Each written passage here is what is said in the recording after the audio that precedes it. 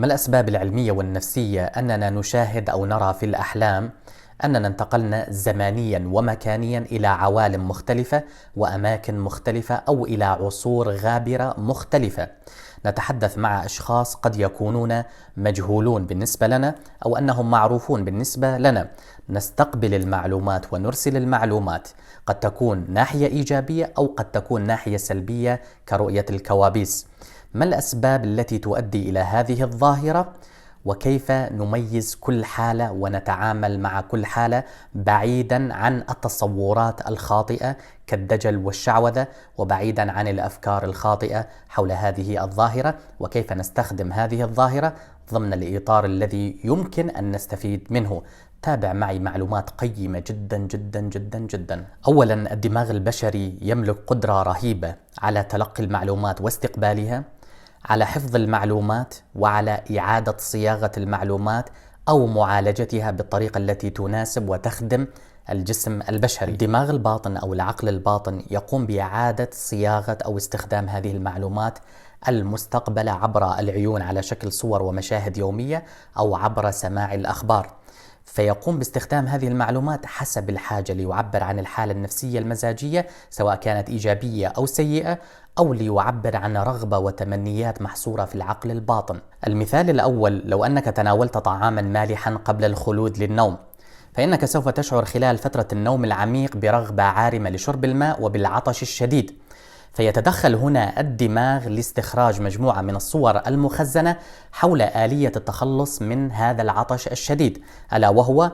أنت تكون ضمن مشهد معين متحرك، هذا المشهد فيه ماء عذب وأنت تشرب الماء العذب البارد وتشعر بنوع من الارتواء. المثال الآخر: عندما تشعر بالشهوة والرغبة العارمة للجنس الآخر، يقوم الدماغ خلال فترة النوم العميق باستحداث مشاهد سينمائية أنت فيها البطل وأنت الذي فيها تمارس مع من تختار، فتستيقظ صباحا وأنت قد احتلمت. هنا الدماغ يعمل بنفس مبدأ الذكاء الاصطناعي، أنت تقوم بكتابة المعلومات أو النصوص، فيقوم بتحويل هذه المعلومات أو الأشياء المكتوبة على شكل صور حية أو على شكل مشاهد سينمائية أو فيديوهات أنت تشاهدها خلال عالم الأحلام أو العيش بعالم الأحلام.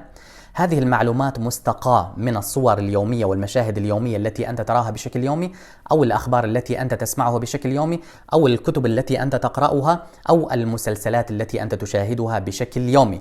هذه المعلومات تم تجميعها وحفظها بالدماغ، فقام الدماغ بتحويلها على شكل صور أو مشاهد متنوعة قد تكون واضحة أو مبهمة. فمثلا عندما أنت تكون مشغول بالبحث عن شيء مفقود بالنسبة لك وهو مهم جدا، وأنت نسيت هذا المكان ولا تعرف أين هذا المكان، فيقوم الدماغ خلال فترة النوم بإعادة ترتيب الصور القديمة والمشاهد والعبارات والكلمات المرتبطة بهذا الشيء المفقود، فيقوم بتكوين صورة تقريبية حول الموقع الذي أنت فقدت فيه هذا الشيء، فأنت ترى هذا الشيء أنه في هذا المكان أو في هذا الموقع، نتيجة أن الدماغ استجلب المعلومات وحصر المعلومات بحيث أدى إلى أنه ساعدك على إيجاد الشيء المفقود في المكان المرتبط بآخر مكان كنت فيه. الدماغ يقوم بحفظ المعلومات مهما كانت صغيرة أو كبيرة، سواء كنت منتبها لها أم كنت غير منتبه، سواء كانت صور ومشاهد يومية تراها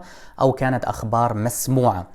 هذه المعلومات يقوم بحفظها الدماغ وتبقى مدة طويلة من الزمن حتى نهاية العمر، ولكن يقوم باستعادتها حسب الحاجة التي تكون فيها الحالة النفسية للجسم البشري. فمثلا عندما تخشى من حدوث أمر معين أو تخاف من شيء معين قد يأتي إليك، سواء كان الفشل بمشروع معين أو خسارة مادية أو خسارة الطالب في المدرسة أو الخوف من المرض أو الخوف من الحروب والدمار والخراب، أي نوع من أنواع الخوف، يقوم الدماغ خلال فترة النوم العميق بالاستعانة بالصور المخزنة، فيقوم بجعلك تعيش هذا الشيء الذي أنت تخاف منه، سواء كان السقوط من جبل عالي أو الوقوع بالحفرة أو العيش بالكوابيس، حتى يعطيك نوع من الصورة التخيلية والمشهد التصوري فيما لو أنك عشت بهذا الفشل كيف ستتعامل مع هذا الفشل وكيف تعيش هذا الفشل من الناحية النفسية. الدماغ يملك قدرة رهيبة على تنشيط الخلايا العصبية حتى تنسخ صورة طبق الأصل عن روحك ولكن في عالم افتراضي فكري. هذا العالم الافتراضي الفكري أنت تجول فيه وتذهب إليه، وهو في الواقع صعب المنال أو لا تستطيع أنت تحقيقه أو الحصول عليه أو السفر إليه أو امتلاكه. فمثلا أنت ترغب بزيارة مثلا الكعبة، فتعيش في عالم الأحلام أنك زرت الكعبة وقمت بالطواف ورأيت مشاهد حقيقية. هذه المشاهد الحقيقية استعان بها الدماغ وخلق لك نوع من المشاهد التصورية الحقيقية من خلال الأشياء التي أنت استقيتها على أرض الواقع قبل النوم، فتعيش هذه الحالة وكأنها واقع وحقيقة. إذا كنت في حياتك العملية الواقعية مشتت الذهن ومضطربا نفسيا وتعاني من التوتر والخربطة الفكرية، فغالب الظن الدماغ يقوم بعرض صور متنوعة ولكن مبهمة وعلى شكل كوابيس مزعجة جدا جدا جدا. وإذا كنت في حياتك العملية الواقعية صافي الذهن مرتبا في حياتك العملية، وأيضا لديك مدارك معرفية ومسالك معرفية متنوعة، فغالب الظن يعرض عليك الدماغ صور ومشاهد جميلة فيها ألوان متنوعة، فيها صور الجنة وفيها صور تعبر عن الراحة النفسية والصور الواضحة وذات الأشكال الواضحة. الدماغ عند الحاجة لديه قدرة مرعبة على إيجاد الحلول بطريقة رهيبة جدا. فلذلك أغلب الأشخاص الذين يعانون من أمراض مستعصية يرون في المنام أن هنالك شخص قادم لهم ويقول لهم إن علاج هذه الحالة هي العشبة الفلانية، وبالفعل على أرض الواقع عندما يستخدمون هذه العشبة يستفيدون استفادة جمة وكبيرة. الدماغ هنا قام بمحاولة تحليل المرض وأعراض المرض، وقام بإيجاد صورة معينة على شكل ناصح لك ألا وهو الدماغ، وقام باستحداث صور ومشاهد معينة لينصحك ما هو العلاج المناسب. من أين جاءت هذه المعلومات؟